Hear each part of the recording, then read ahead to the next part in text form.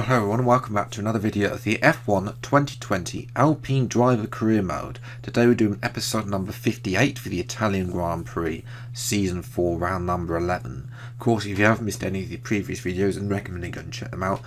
There's a link to this whole playlist, should you need something to binge watch, in the description below.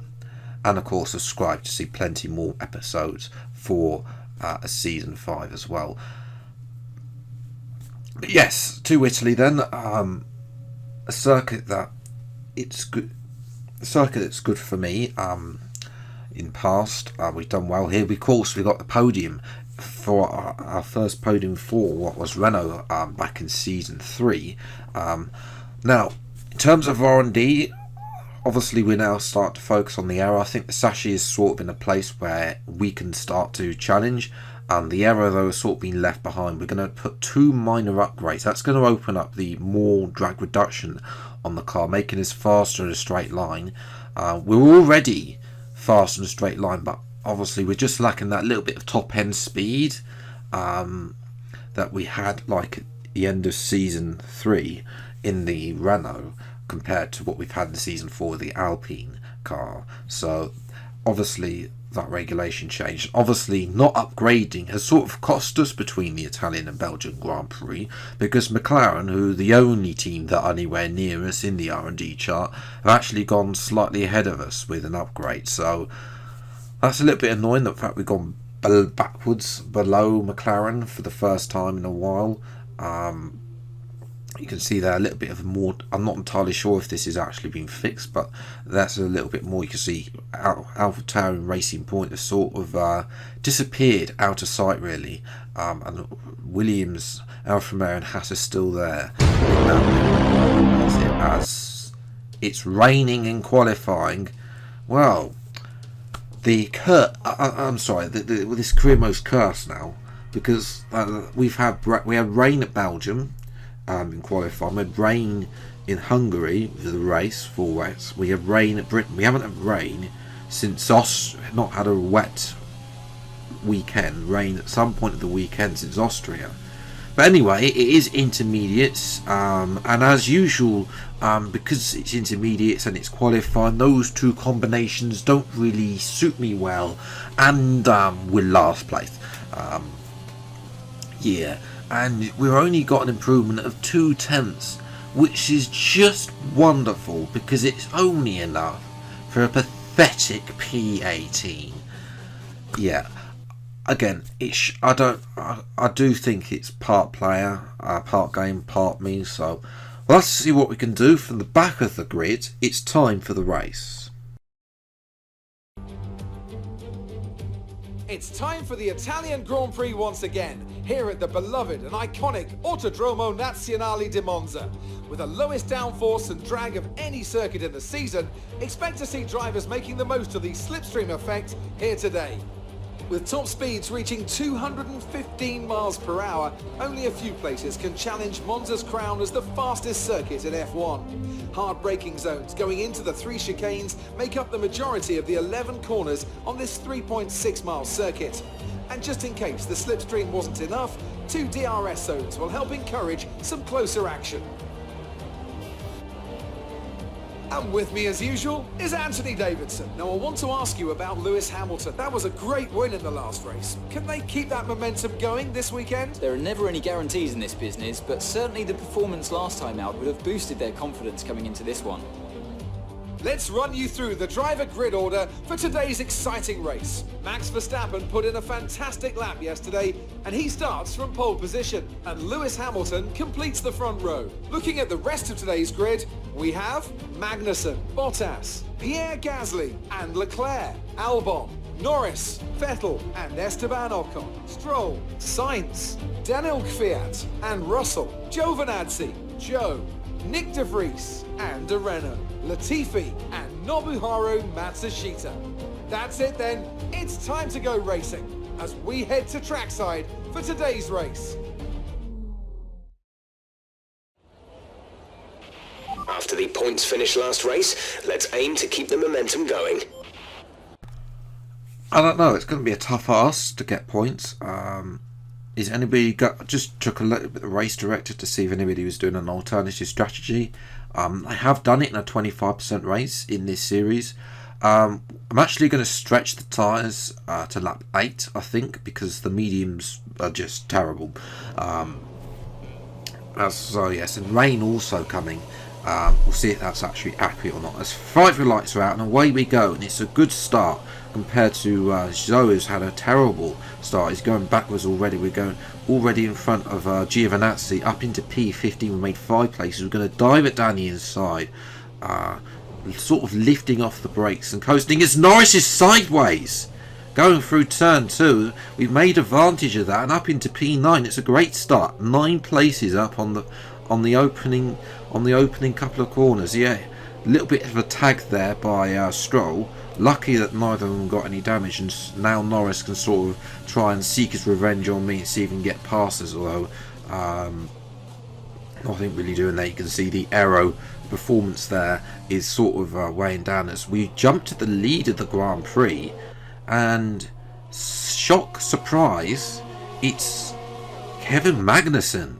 Hasn't led a Grand Prix at all, has been short of being outshadowed by Gasly so far, and he's in the lead. Can he hold on? We'll have to wait and see. Gasly, of course, led in the previous race at Belgium as Norris tries to go around as a parabolica. We're not really catching them. We're clutching up to, I think, Norris has got DRS though. Can Norris can we defend there? What we're catching though, Vettel, and he moves, thank you Sebastian, moves out to the right, blocks Norris off, and we can kill 2 birds with 1 stone, make the overtake work. I was worried where you can see there, Vettel just swerved at us there. Don't know why he did that. He's got the overspeed. As Norris now has got in front of Vettel as well. He's now coming after us, and Vettel is starting to fall away. Ocon is sort of just hanging along there. We close, defend better than Vettel did on Norris, and Norris is starting to get in the way really. He's sort of slowing us down where we can't catch the cars in front, unfortunately. Norris is having another go down the inside, a little bit of contact there, only minor really. I'm not really going to cause either of us problems as we looking at the battle for P2 downwards of the 2 Mercedes. I'm not sure if one of them's got problems. It's Hamilton out in front, of course, who's retiring, remember, at the end of this season. Verstappen is way down, although he has got a big lead as Norris now takes different tries to go on the outside of Parabolica. That's where I'm weakest on the run to Parabolica out of Ascari, as we're coming into the pits anyway, as is Vettel as well. Hamilton as well is in there onto the mediums. As we know, it should be a straight 1 stop from soft to mediums, but obviously you know what the game is like, some of them will go from soft to hards. It's also usually the ones that do an extra overcut. We've gone to lap 8. Ocon came in the lap before. He's gained a little bit actually. He's gained because he was 3 seconds behind, and he's actually gained a little bit on us. But Norris, unfortunately, the jump lap 10 has done the overcut. He's on medium tyres, so it's a straight up fight between myself and Norris. We're going to use all of the ERS. Sort of had to step off going through the curves. Now we're going to put ERS back on, see if we can dive it down into this left-hander. Norris gives us the space, thank you very much, and we go through. And at least he didn't do a Vettel swerve at us. A little bit of curbing. Norris knew what we were doing and gave us a space really. I'm sure he'll come back at us. We're now watching Pierre Gasly in the other Alpha Tauri, a man who couldn't win last time out at Belgium with an engine problems that scores there, as the 2 Mercedes are also getting a little bit too close to all, as Norris is once again having to go around the outside of Parabolica. He slowed down, and Ocon has made contact with Norris, and they've both lost their front wing. And at exactly the same time as that, Charles Leclerc, has retired. The luck of the Tifosi has run out for him in his Ferrari, and he is out, and that's going to be another free position for us.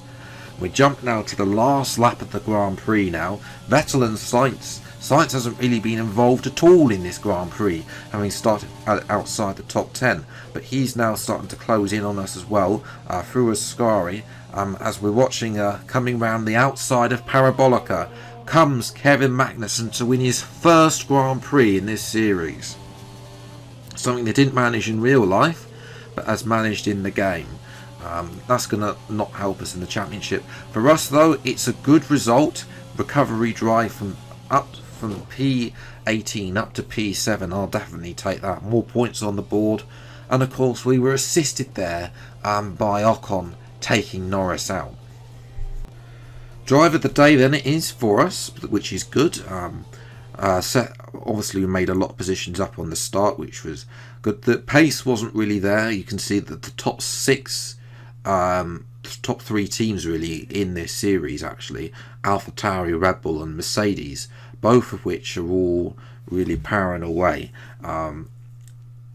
which obviously we're going to have to work on. Obviously Ocon and Norris, Ocon did set the fastest lap, but doesn't really count for anything, and obviously was on fresh softs. So in terms of the Drivers' Championship, we've retained P7, but Magnussen and Leclerc have swapped places.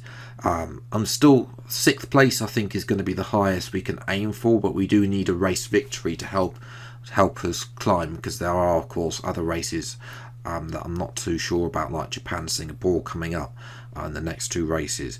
In terms of the constructors, we remain P5, still far too far behind Ferrari. No thanks to Esteban Ocon smashing Norris's front wing off today. Amazing performance out there. I'm sure you're pretty happy with that.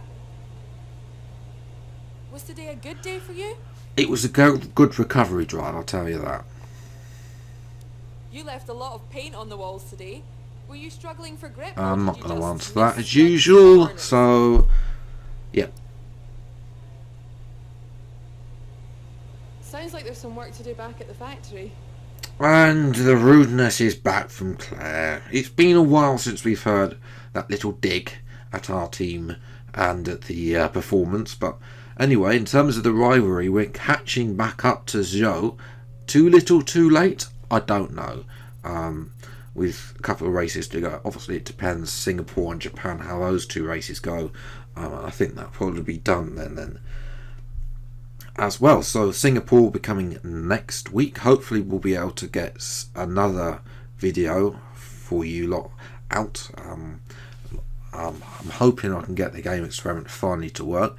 In terms of R&D points, we don't quite have enough. I was thinking about maybe going for another Sashi upgrade, but then I think that the aero after today's performance needs a bit more work, really, considering the fact we won the Italian Grand Prix last year with Ocon, and 2nd place for us, but still a lot of work for us going forwards. We'll have to see that. Obviously there's a regulation change on the engine side as well. That's a concern that is facing me. We have got quite a few races. We still got 5 races left in this season as well. So yes, that's where I'm going to leave it today. If you have enjoyed, leave a like, subscribe to the channel and you see plenty more episodes of the F1 2020 Drive Career Mode as and when they come out. But until the next video, I think it's time. Take care. Thank you so much for watching. Enjoy your day and goodbye.